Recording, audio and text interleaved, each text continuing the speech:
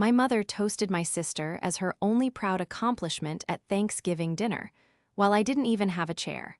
So, I walked out and initiated the corporate restructuring plan that legally seized every asset they falsely claimed to own.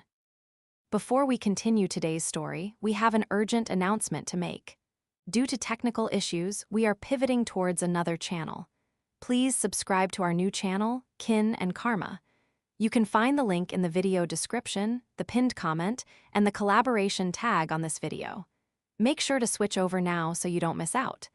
Thank you for your support. Now back to the story.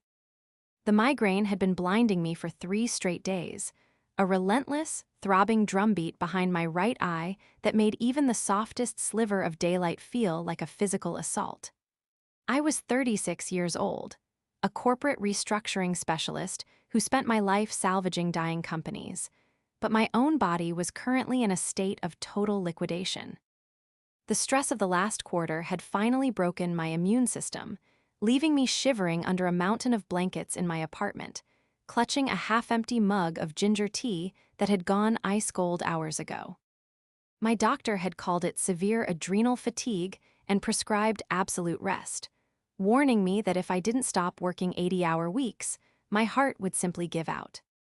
But rest is a luxury you cannot afford when you are the invisible financial pillar, holding up an entire family's crumbling facade. I reached for my phone, squinting against the harsh glare of the screen. I only intended to check the time, to see if I had slept through the afternoon, and if I needed to drag myself out of bed to prepare for the obligatory Thanksgiving dinner at my parents' house later that evening. Instead, a notification banner caught my eye. It was an email from my father, Mason. Or rather, it was an email forwarded by Mason, clearly by accident, with the intended recipient being my mother, Margaret. The subject line was innocuously titled, FWD, Updated Trust and Corporate Transfer Docs, Gabriella. My thumb hovered over the screen. A cold, sinking sensation began to spread in the pit of my stomach, momentarily overriding the pounding in my head.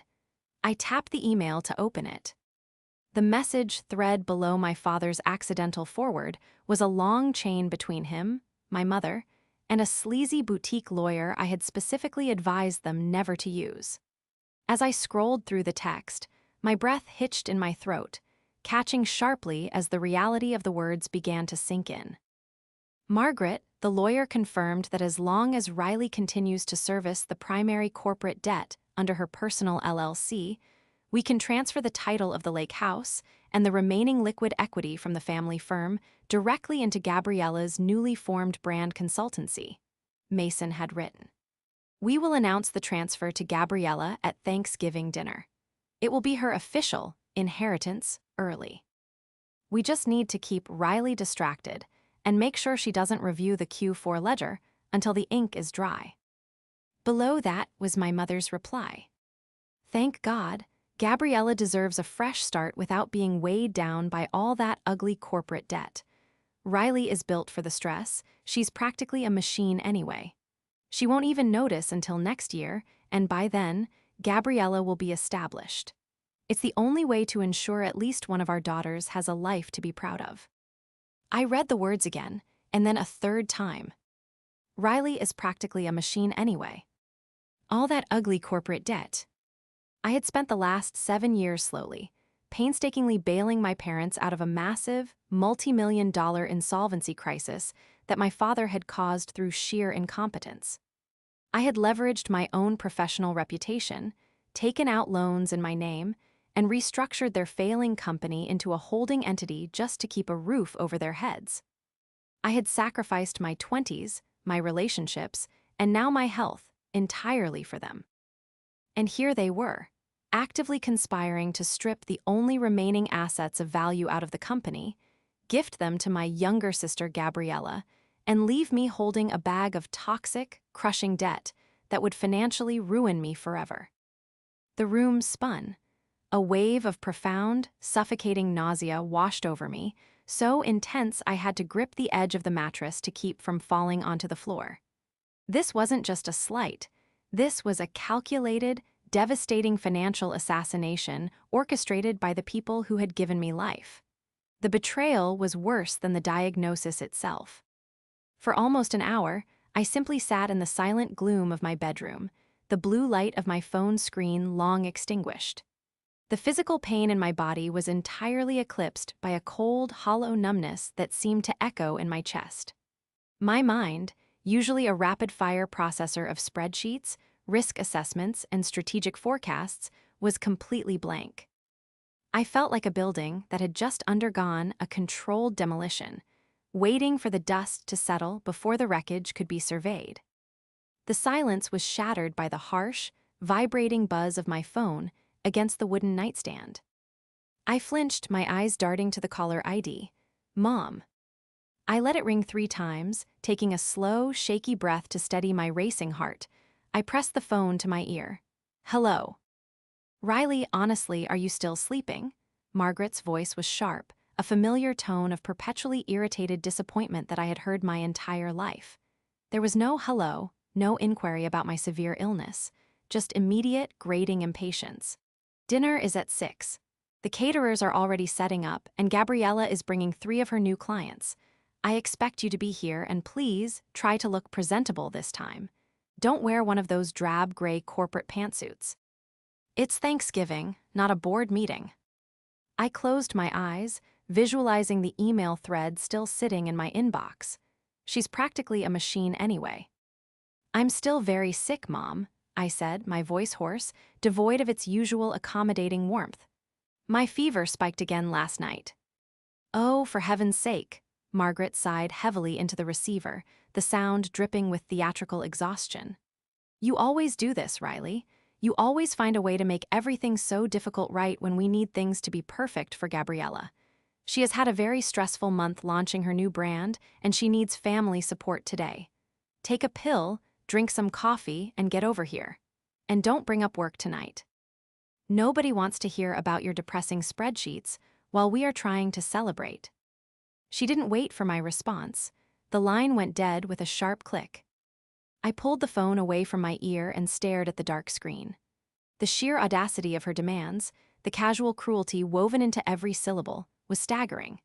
She wanted me there not as a daughter, but as a prop. A quiet, drab background character to sit silently while they celebrated the sister who was actively being handed the fruits of my decade of grueling labor. They wanted me to smile and pass the cranberry sauce while they finalized my financial execution. I slowly pushed the heavy duvet off my legs and swung my feet over the edge of the bed. The room tilted dangerously, and a wave of dizziness forced me to grip the nightstand, my knuckles turning white. I forced myself to stand. The weakness in my legs was profound, a physical manifestation of the exhaustion that had plagued me for years. But as I stood there in the quiet of my apartment, the numbness began to recede, replaced by a slow, burning ember of crystalline focus. They thought I was just a machine, a mindless drone who would blindly process their debts and absorb their abuse without question. They thought they could outmaneuver a senior restructuring specialist in a game of corporate asset transfer.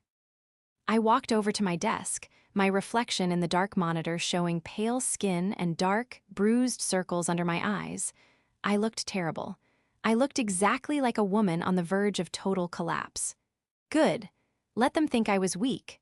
Let them think their plan was moving forward flawlessly. I reached down and powered on my computer, the screen flaring to life and casting a harsh, unforgiving light across my face. They thought they had secured their future and destroyed mine with a few signatures from a cheap lawyer. But they had forgotten one crucial thing. To understand the sheer magnitude of the delusion my family operated under, you have to understand the history of the family business. Decades ago, my father, Mason, had inherited a highly lucrative regional logistics firm. But Mason was not a businessman. He was a man who liked the idea of being a businessman. He liked country club memberships, expensive leasing agreements on imported cars, and taking clients to exorbitant dinners. He had slowly bled the company dry over 20 years. By the time I was 27 and working my way up at a top-tier corporate restructuring firm in the city, the family business was weeks away from Chapter 11 bankruptcy. The bank was preparing to foreclose on my parents' sprawling, heavily mortgaged estate. Mason had come to my small apartment in tears, a broken, terrified man, begging me to save him. "Just fix it, Riley," he had pleaded, his hands shaking. "Protect your mother. Don't let her know how bad it is. It would break her heart." So I fixed it. I took a leave of absence, moved back into my childhood bedroom, and ruthlessly gutted the failing company. I negotiated with aggressive creditors, laid off dead weight, and personally assumed a terrifying amount of liability to secure bridge loans. I created a complex corporate structure, a holding company, to shield their remaining assets from immediate seizure. I worked 100-hour weeks, sleeping on the floor of the office, fueled by black coffee and sheer desperation, to save my family from the streets. And while I was drowning in legal filings and debt restructuring, my younger sister, Gabriella, was finding herself. Gabriella is exactly 30 years old and has never held a job for longer than 6 months. She is stunningly beautiful, armed with a perfectly curated online aesthetic and a vocabulary consisting entirely of empty corporate buzzwords she doesn't actually understand. While I was fighting off aggressive debt collectors, she was studying abroad in Florence, entirely funded by credit cards Mason had secretly taken out against the company's dwindling lines of credit. Whenever I tried to confront my parents about her reckless spending, Margaret would fiercely intervene, her eyes blazing with protective fury. "Gabriella is creative, Riley," Margaret would snap, waving away my spreadsheets. "She has a vision. She isn't meant to be trapped in a dreary office like you. She needs capital to build her personal brand. You just don't understand because you don't have an artistic bone in your body." Gabriella's personal brand currently consisted of calling herself a lifestyle and brand consultant. She essentially demanded money from my parents to buy designer clothes, go to exclusive resorts, and take photos of herself, claiming it was all networking and brand building. She had no actual clients, no revenue streams, and no discernible skills other than manipulating my mother into believing she was on the verge of international superstardom. And now, according to the email, they were transferring the last solvent assets, the lake house and the remaining liquid capital I had fought so hard to secure, directly into Gabriella's fictional consultancy, to protect it from the massive debt they had accrued and that I was currently managing. They were going to leave me holding a multi-million-dollar grenade, and they were going to pull the pin at Thanksgiving dinner. I remembered the last family gathering we had. It was Margaret's birthday, a lavish affair paid for by a bonus Mason claimed he received, which I knew for a fact was a high-interest payday loan he had taken out in the company's name without my authorization. Gabriella had arrived 2 hours late, sweeping into the restaurant wearing a silk designer dress that cost more than my monthly mortgage payment. She hadn't apologized for her tardiness. Instead, she immediately commanded the attention of the entire table, launching into a convoluted story about a synergy meeting she supposedly had with a major cosmetics brand. "It's all about disruptive market positioning, honestly," Gabriella had said, swirling her expensive champagne. She had looked across the table at me, her gaze dripping with condescension. "You wouldn't really get it, Riley. It's not like crunching numbers. It requires intuition, an eye for aesthetic value. Speaking of which, are you still wearing that same blazer? I swear I saw you in that at Christmas 2 years ago." Margaret had laughed, reaching over to pat Gabriella's hand. "Your sister is very practical, darling. We can't all have your refined tastes." Mason had just looked down at his plate, avoiding my eyes entirely. That was the dynamic. I was the unappreciated plow horse, expected to pull the cart until I collapsed, while Gabriella was the prized show pony, showered with ribbons for simply existing. I stared at the holding company's master charter on my screen. 7 years ago, when Mason was begging me to save him, he had signed everything I put in front of him without reading a single page. He had been too panicked, too desperate to avoid the public humiliation of bankruptcy. He assumed that because I was his daughter, the complex corporate structures I built were designed exclusively to serve him. He assumed wrong. When I built the LLC that absorbed their toxic debt, I also built the holding company that owned the titles to the lake house and the remaining equity. And hidden deep within the dense, 90-page operating agreement, written in impenetrable legalese that neither Mason nor his cheap boutique lawyer could ever hope to decipher, was a single, devastating clause regarding voting shares and executive control. I didn't just manage the holding company, I owned it. I hit print on the master charter, the machine whirring to life beside me. Tonight, I was going to let them have their little celebration. I was going to let them toast to the golden child. And then, I was going to show them exactly what a corporate restructuring specialist does to a hostile, failing entity. The moment the printer finished churning out the 90-page master charter, my exhaustion evaporated, replaced by a cold, hyper-focused adrenaline. I was no longer a sick, tired daughter. I was a senior financial analyst examining a hostile entity attempting a hostile takeover of my assets. I sat back down at my desk, my fingers flying across the keyboard as I log D into the secure, encrypted banking portals I had set up years ago to manage the family's labyrinth of debt.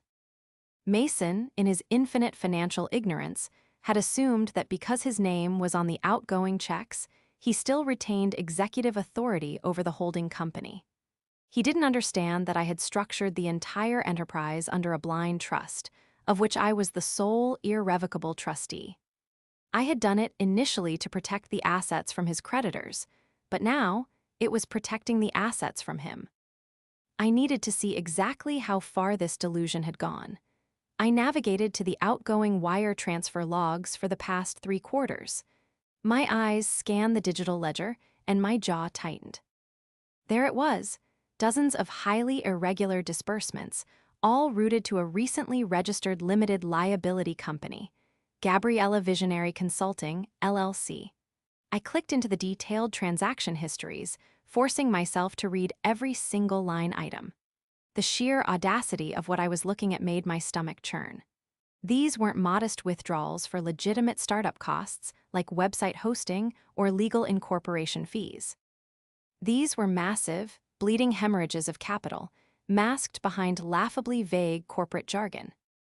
There was a $12,000 wire transfer categorized as immersive market research retreat. I cross-referenced the date with Gabriella's public social media accounts.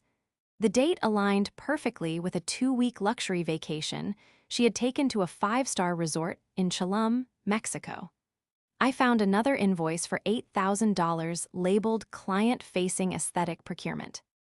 That one matched a photo she had posted holding a limited edition designer handbag, complete with the caption, "Investing in the brand." For over a year, my father had been quietly siphoning the very funds I was meticulously managing to keep the bank from foreclosing on his home, funneling them directly into Gabriella's lavish, fabricated lifestyle. He was stealing from the life raft to buy his favorite daughter first-class tickets on a sinking ship. But it wasn't just the petty theft of the cash reserves that solidified my strategy. I dug deeper, pulling the state registry files for Gabriella Visionary Consulting, LLC. I needed to know what this so-called business actually consisted of. It took me less than 20 minutes to uncover the hollow core of her entire operation. The company had 0 registered clients. It had generated 0 taxable income. The only money moving into the LLC was the money Mason was illegally transferring out of the holding company. I printed every single wire transfer, every fraudulent invoice, and every damning state registry document. I collated them into a neat, thick manila folder.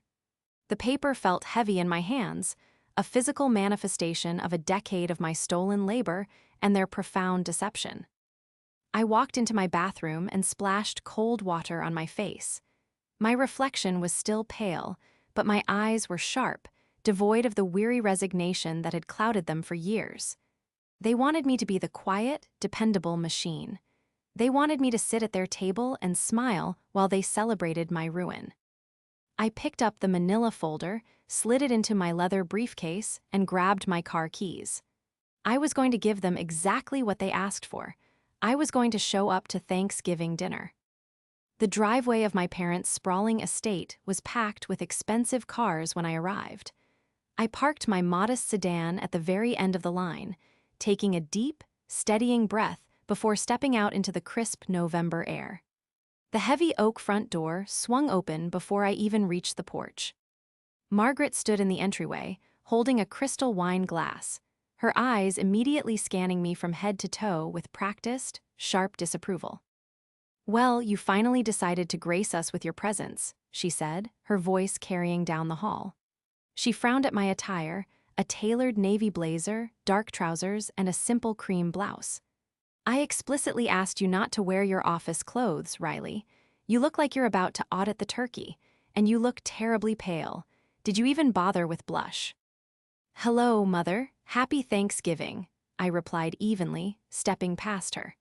I didn't offer an excuse for my health, nor did I apologize for my clothes. I simply kept walking toward the living room, where the sounds of loud, artificial laughter echoed. The living room was warm, smelling of roasted garlic, expensive candles, and sheer entitlement. Gabriella was perched on the edge of the velvet sofa, holding court. She wore a stunning emerald green silk dress, her hair perfectly styled. Surrounding her were three people I had never seen before, two women and a man, all dressed in equally flashy, overly trendy clothing. And so I told the branding executive, "If you don't understand the synergistic flow of the demographic, you're just throwing capital into a void," Gabriella was saying, waving her manicured hand in the air. The three strangers nodded vigorously, murmuring their absolute agreement. Mason was standing near the fireplace, beaming with pride as he watched his youngest daughter. He caught my eye as I entered, and for a fraction of a second, his smile faltered, a flash of nervous guilt crossing his face before he quickly masked it. "Riley, you made it," Mason called out, his voice slightly too loud, slightly too hearty. Gabriella turned, her smile tightening as she looked me up and down. "Riley, I wasn't sure you'd make it out of your cubicle today. Everyone, this is my older sister, Riley. She does math for a living." The three strangers offered polite, slightly pitying smiles. "Actually, I'm a corporate restructuring specialist," I said, my voice calm, projecting effortlessly across the room. I walked over and extended my hand to the man sitting closest to Gabriella. "Riley, nice to meet you. You must be one of Gabriella's new clients." The man shook my hand, looking momentarily confused. "Oh, no, I'm Derek. I'm a DJ. Gabriella and I are collaborating on a lifestyle soundscape project." "A soundscape project," I repeated, letting the words hang in the air just a second too long. "Fascinating. And how is the return on investment looking for that initiative? Have you established a clear monetization pathway, or is this primarily a top-of-funnel brand awareness exercise?" Derek blinked, completely lost. We're just vibing it out right now, honestly." I turned to Gabriella, offering a bright, razor-sharp smile. "Vibing it out? How innovative. I was actually looking at your corporate filings this afternoon, Gabriella. Gabriella Visionary Consulting LLC, correct? I noticed something incredibly interesting about your revenue streams." The room went dead silent. The clinking of glasses stopped. Gabriella's perfect posture stiffened, her eyes narrowing. "Why are you looking at my business filings, Riley? That is completely inappropriate." "Just professional curiosity," I said smoothly, taking a step closer. "You see, in my line of work, we look for discrepancies. And the most fascinating discrepancy with your consultancy is that, according to the state tax registry, you haven't generated a single dollar of external revenue since your incorporation. In fact, your sole source of incoming capital appears to be direct, unclassified wire transfers from a holding company." Gabriella's face flushed a deep, furious red. She stood up abruptly. "You have no idea what you're talking about. My business is in the aggressive growth phase. I am building equity. You're just jealous because you sit in a gray box all day while I'm actually creating something beautiful." She was lashing out loudly, her threats empty, her lies obvious to anyone who knew how to listen. "You don't understand modern business," she yelled, her voice echoing off the high ceilings. "You just want to ruin my day because you have nothing of your own to celebrate." I understand modern business perfectly, Gabriella, I replied, my voice dropping to a quiet, dangerous register. I understand it well enough to know the difference between a visionary entrepreneur and a fraudulent parasite. Riley, that is enough. Margaret's voice cracked like a whip across the room. She marched over, her face a mask of absolute fury, placing a protective hand on Gabriella's arm. How dare you speak to your sister that way? In our home, in front of her guests, you will apologize immediately. Before I could respond, Mason was suddenly beside me, his hand clamping down hard on my elbow. His grip was entirely too tight, trembling with a poorly concealed panic. Riley, a word. Now, he hissed through gritted teeth. He didn't wait for my consent. He practically dragged me out of the living room, down the long hallway, and shoved me into his private study, slamming the heavy oak door shut behind us. The study smelled of aged leather and the expensive Scotch Mason could no longer afford. He turned to face me, his chest heaving, his face pale and sweating. The facade of the confident patriarch had completely shattered. "Are you out of your mind?" Mason demanded, his voice a frantic whisper. "What are you doing? Why are you digging into Gabriella's accounts? I told you to stay out of her business. She needs that startup capital, Riley. You promised to protect this family." "I promised to protect you from bankruptcy, Dad," I said, calmly smoothing out the sleeve of my blazer where he had grabbed me. I set my leather briefcase on his mahogany desk and popped the brass latches. "I did not promise to fund a fictional lifestyle for your golden child, and I certainly didn't promise to let you transfer my legal assets to her." Mason froze, his eyes widening in sheer terror. What are you talking about?" "I received your email this afternoon, the one you accidentally forwarded to me instead of Mom," I said, pulling the thick manila folder from my briefcase and dropping it onto the desk with a heavy thud. "The email detailing your brilliant plan to transfer the lake house and the remaining liquid equity to Gabriella." Mason opened his mouth, but no sound came out. He looked like a fish gasping for air. "Riley, you don't understand. Your mother insisted. Gabriella needs security. You're strong, you always figure things out. But the company doesn't exist anymore, Dad," I interrupted, my voice devoid of any warmth. "You bankrupted the company 7 years ago. What exists now is a holding LLC. An LLC that I built. An LLC that I personally guaranteed. And an LLC that, according to the master charter you signed without reading, I hold 100% of the executive voting shares for." Mason stared at me, uncomprehending. No, that's my company. I am the president." "You are a figurehead," I corrected him coldly. I opened the folder and slid the first stack of papers toward him. "And you are a figurehead who has been committing corporate fraud. Look at these." Mason looked down at the highlighted spreadsheets. His hands shook as he picked up the first page.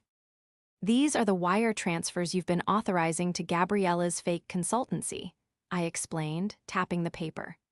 "Over $80,000 in the last 10 months alone, coded as business expenses.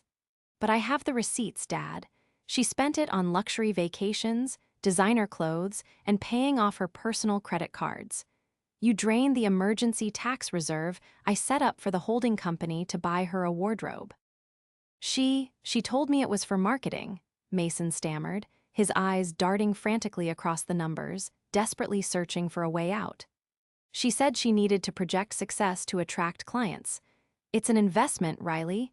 She's going to pay it all back once the brand takes off. You have to fix this. You have to move the money around like you always do. If your mother finds out the tax reserve is gone." He was still defending her. Even staring at the absolute, irrefutable proof of her parasitism and his own ruin, his instinct was to protect Gabriella and beg me to absorb the damage. The depth of his manipulated loyalty was staggering. "There is no moving the money around this time," I said, closing the folder with a sharp snap. "Because as of 3 o'clock this afternoon, I have frozen every single outgoing account associated with the holding company. I have revoked your signatory access. You cannot transfer the lake house. You cannot transfer the equity. You cannot give Gabriella another dime. Mason stumbled backward, collapsing into his heavy leather desk chair. Riley, please, you can't do this. If we don't give Gabriella that house, your mother will leave me. She'll know I failed. She'll know everything is gone. She is going to know everything tonight, I said, zipping my briefcase closed. From down the hallway, the sharp, melodic chime of the dinner bell rang out, echoing through the large house. It was time. I looked down at my father, a broken, terrified man trapped in a prison of his own making. Wash your face, Dad. It's time to carve the turkey. The dining room was a masterclass in suffocating opulence. I walked down the long hallway from the study and stepped through the arched doorway just as everyone was taking their seats. The air was thick with the smell of roasted turkey, expensive sage dressing, and the distinct, cloying perfume Gabriella always wore. The massive mahogany table was draped in heavy, imported white linen, perfectly reflecting the warm glow of the crystal chandelier overhead. I stood at the threshold, my eyes scanning the intricately folded napkins and the personalized, gold-embossed place cards resting gently against the rims of the fine china. There was a card for Margaret at the head of the table, a card for Mason at the other end. Gabriella was seated like royalty in the direct center, flanked by her 3 guests, Derek the DJ, and the 2 young women whose names I hadn't bothered to learn. I looked for my place card, I looked for my chair. There were exactly 6 chairs positioned around the massive table. My chair wasn't even set at the table.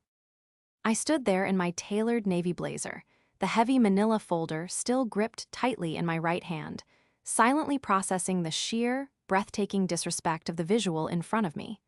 I had paid for the table. I had paid for the chairs. I had paid for the crystal champagne flutes they were currently filling with expensive vintage wine. And my mother hadn't even bothered to set a place for me in the house I was bankrupting myself to save. Margaret caught my eye from across the room. She didn't look apologetic. She looked supremely annoyed by my presence. Well, Riley, you were locked in the study with your father for so long, and you said you were deathly ill this morning. I assumed you. We're just going to leave and go back to bed. We couldn't hold up the entire meal waiting for you to make an appearance. Gabriella offered a sympathetic, entirely fake pout, reaching out to touch Derek's arm. It's okay, Mom. Riley is probably eager to get back to her spreadsheets anyway. She doesn't really vibe with this kind of celebratory, high-frequency energy. She needs her quiet time. Margaret smiled warmly at Gabriella, raising her crystal flute into the air, the light catching the rising bubbles. She reached over and tapped her silver spoon against the glass, the sharp, melodic ringing cutting through the ambient noise of the room and demanding absolute attention. Everyone, please, Margaret announced, her voice adopting a theatrical, sweeping cadence. Before we eat this wonderful meal, I want to make a very special announcement. Today is a day of giving thanks, but it is also a day of recognizing true, visionary success and embracing the future. She turned her gaze entirely away from me, focusing her absolute, undivided adoration on my younger sister. Let's toast to the only child who actually made us proud, Margaret said, her voice dripping with profound emotional sincerity. To Gabriella and her beautiful, flourishing new empire. The 3 guests immediately raised their glasses, murmuring their enthusiastic agreement. Everyone turned to my sister and clapped. Gabriella beamed, a picture of flawless, triumphant validation, raising her own glass to accept the applause of the sycophants she had gathered. I didn't yell, I didn't cry. The burning, exhausted anger that had propelled me through the last 7 years suddenly crystallized into a state of absolute, icy calm. I looked at my mother, who still deliberately refused to make eye contact with me, and then at my sister, basking in the stolen glory of a life I was actively financing. I stood up straighter, took a deep, steadying breath, and let the silence stretch out until the clapping awkwardly died down and the guests took a sip of their champagne. Thanks for finally saying it out loud, I said. My voice wasn't loud, but the acoustic perfection of the dining room carried every single syllable with lethal clarity. The smiles instantly froze on the guests' faces. Margaret blinked, her mouth opening in shock at my sheer audacity to interrupt her perfect moment. I didn't wait for a response. I didn't wait for the inevitable lecture. I simply turned on my heel and walked back out into the hallway, heading straight toward the front door. "Oh, don't be so incredibly dramatic, Riley," Margaret called out from behind me, her voice tinged with sharp exasperation. "We're trying to have a nice dinner. Stop making everything about you." I kept walking. I reached the grand entryway, my hand extending toward the heavy brass handle of the front door. I was done. I was finally, truly done.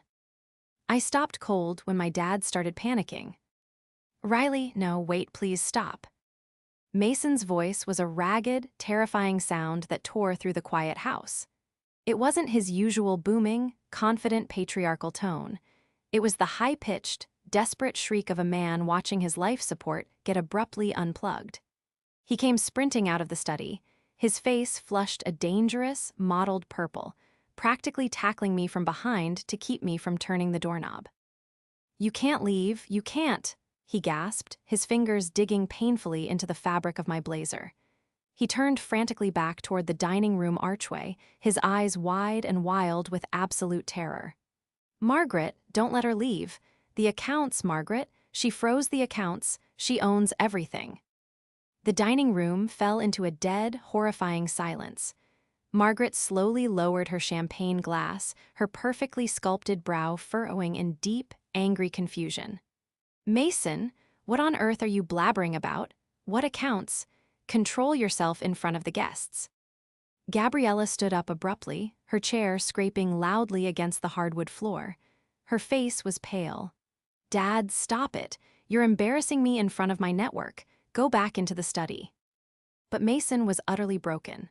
The decades of lying, the crushing weight of the hidden debt, and the sudden, terrifying realization that I had actually cut the financial cord had finally shattered his carefully constructed reality.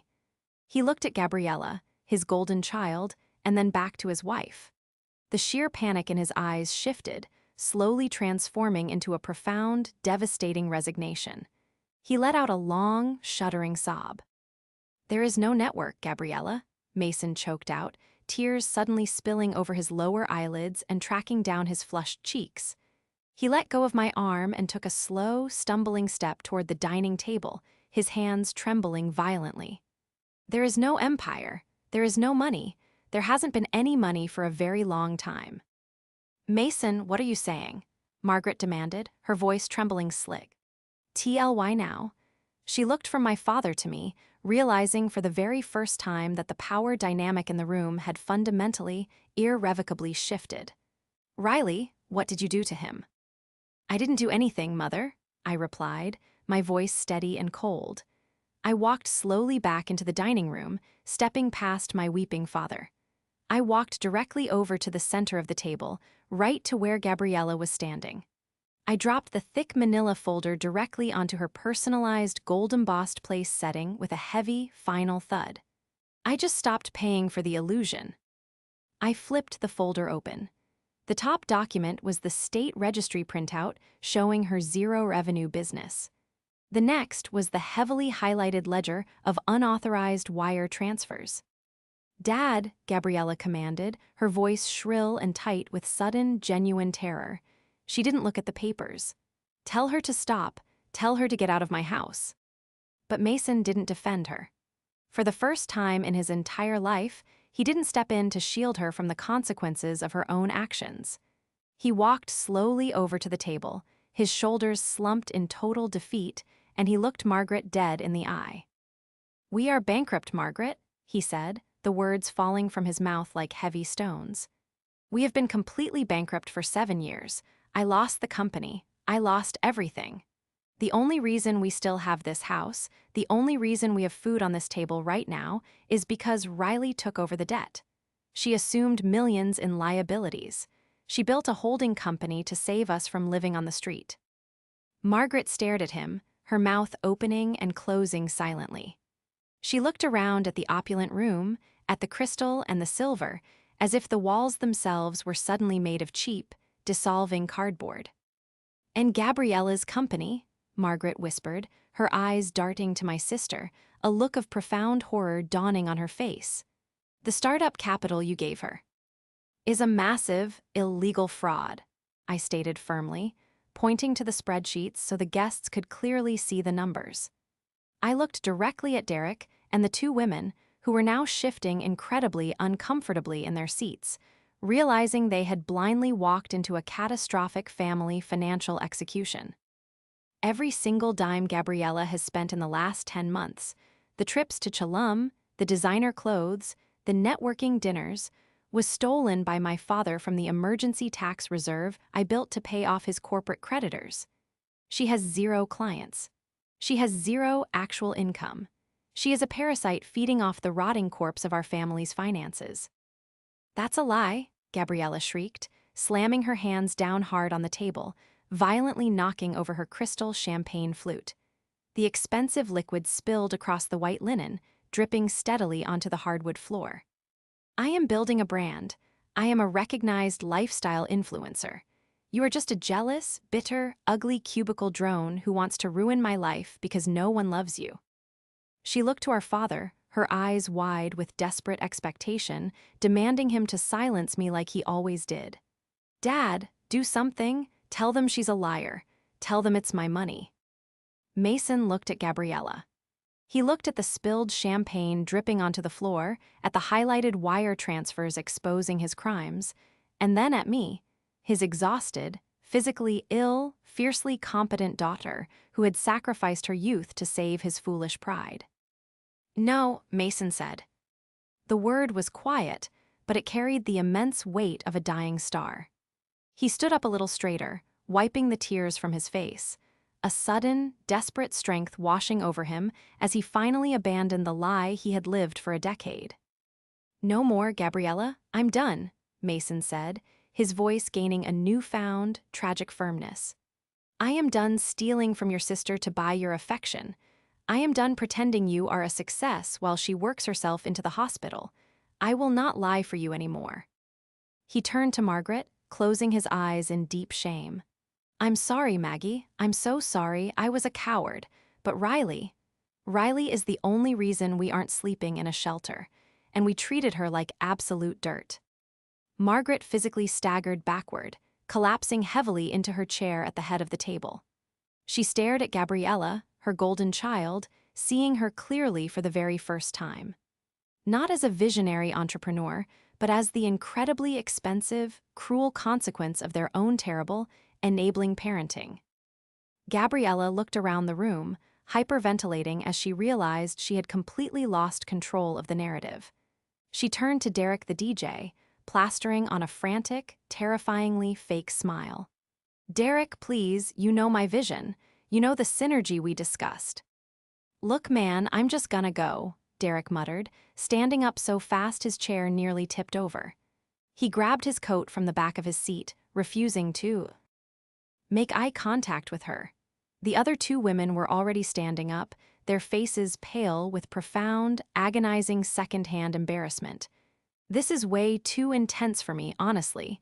Good luck with all of the legal stuff. They scrambled out of the dining room without another word, the heavy front door clicking shut behind them, leaving the four of us standing in the suffocating, ruinous silence of a destroyed Thanksgiving.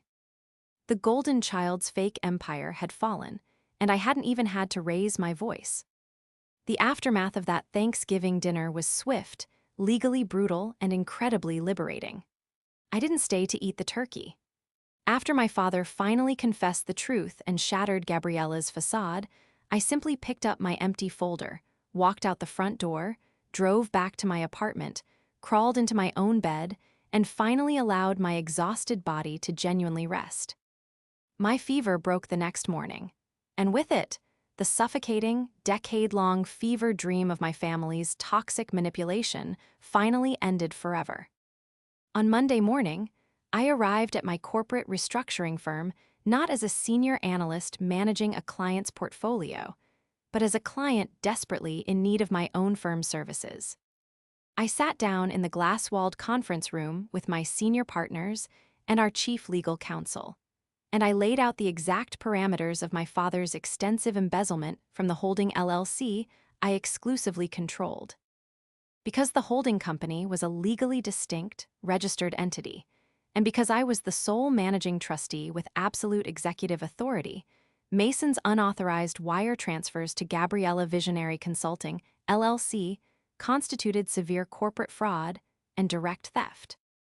I explained to my partners that I was legally obligated to report the missing capital immediately, lest the IRS audit the accounts and view the missing tax reserve as my own personal criminal liability. I made a deliberate choice not to press criminal charges against my father. I simply couldn't bring myself to put an aging, utterly broken man in federal prison. But I did initiate immediate, aggressive asset reclamation proceedings against my sister to recover the stolen funds. The legal notices hit Gabriella like a runaway freight train. Without Mason's stolen funds silently propping up her bank accounts, her entire fabricated lifestyle collapsed within a matter of weeks. The luxury apartment she leased downtown was actually incredibly past due on rent, a fact her landlord quickly remedied with a formal eviction notice. Her high-limit designer credit cards, which she had been paying the bare minimum balances on using the wire transfers, were instantly frozen by the banks the moment the LLC payments abruptly stopped. She attempted to fight the reclamation in court, hiring a flashy, aggressive attorney she promised to pay on contingency. But when the attorney reviewed my ironclad corporate master charter and the absolute, irrefutable paper trail proving her business had zero legitimate revenue, he dropped her as a client immediately, warning her that fighting it would only result in her own imprisonment for receiving stolen funds.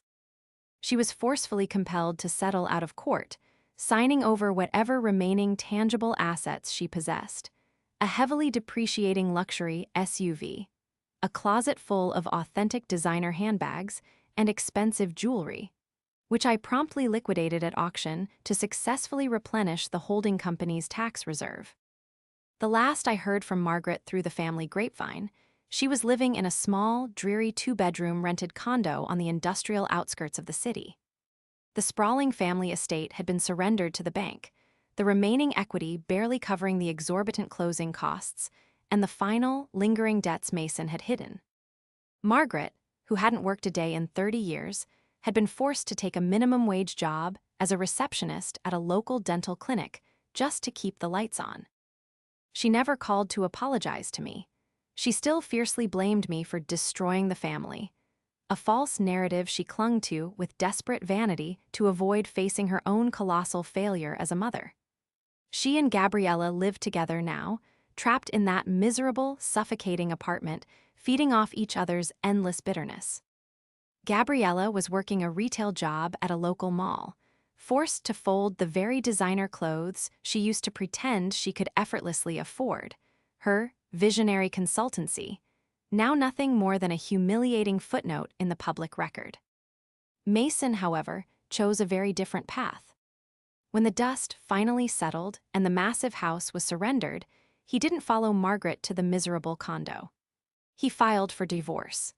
The immense stress of the lies had finally broken their toxic marriage, and he realized he could no longer live in the enabling, delusional environment they had jointly created. 6 months after that fateful Thanksgiving dinner, I sat in a quiet, sunlit coffee shop near my office building. The brass bell above the door chimed, and Mason walked in. He looked significantly older, deeply tired, wearing a simple, inexpensive button-down shirt instead of his usual tailored, imported suits. But as he walked toward my table, he also looked incredibly light, as if a massive physical weight had finally been lifted from his shoulders. He sat down across from me, ordering a simple black coffee. We sat in silence for a long time, the ambient noise of the cafe filling the space between us. "I got a job," he finally said, his voice quiet but incredibly steady. "I'm a floor manager at a regional logistics warehouse out in the suburbs. It's not glamorous work. The pay is, well, it's what a man with my actual skill set deserves, but it's honest. For the first time in a long time, it's honest work." I took a slow sip of my green tea, looking at the man who had caused me so much profound grief and exhaustion. I'm genuinely glad to hear that, Dad. He looked down at his rough hands, his thumbs slowly tracing the edge of his ceramic coffee cup. Riley, I don't expect you to ever fully forgive me. I stole from you. I lied to you. I let your mother treat you like a second-class citizen while you were literally sacrificing your own life to save ours. I was weak. I was terrified of losing the image I had built for myself, and I sacrificed my best daughter to keep it alive. He looked up, genuine tears shining brightly in his tired eyes. You were the strongest person in that house. You always were. And I am so incredibly sorry that it took me losing absolutely everything to finally see you for who you are. I listened to his words, quietly waiting for the familiar, burning anger to rise in my chest, but it never came. The anger had burned itself out the moment I laid that manila folder on the dining room table. All that was left in its place was a quiet, profound sense of peace. I forgive you, Dad, I said softly, and to my own surprise, I meant it. But the financial boundaries remain permanent. I will never manage your accounts again. I will not bail you out if you overdraw your checking account. Our relationship moving forward is strictly as a father and daughter, nothing more. Mason nodded vigorously, a single tear slipping down his weathered cheek. I wouldn't ask you for a single dime, Riley. Never again. I just want the chance to know my daughter. We spent the next hour just talking. Not about crushing debt, or complex corporate structures, or Gabriella's latest catastrophic disaster, but about books we were reading, about the changing weather, about life. It was the very first normal, honest conversation I had had with my father in over a decade.